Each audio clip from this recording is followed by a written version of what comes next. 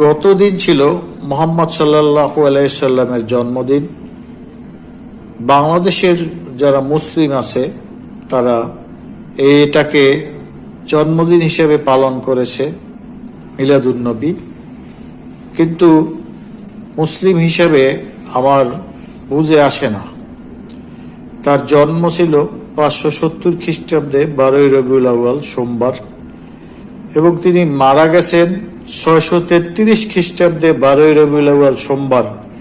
যেদিন জন্মগ্রহণ করেছেন, যে তারিখে জন্মগ্রহণ করেছেন, ঠিক সেই তারিখে সেই দিনই মারা গেছেন, যাতে কেউ জন্মদিন বা মৃত্যুদিন পালন না করতে পারে।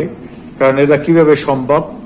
যদি পালন করতে হয় তাহলে সকালবেলা হাফ বেলা আপনারা আনন্দ করবেন, কেক কাটবেন, এবং আর হাফ বেলা আপনারা কান্নাকাটি করবেন, যেহেতু একই দিনে মারা গেছে। এটাই হওয়া উচিত না? তাহলে কি পালন করতেছেন? কি ভালোবাসা আপনাদের?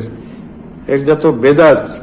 বেদাত যে গ্রহণ করবে এবং বেদাত যে তৈরি করবে সে জাহান্নামে যাবে, এটা নবী করিম সাল্লাল্লাহু আলাইহি সাল্লামের বাণী। তাহলে এটাও তো পড়েছেন।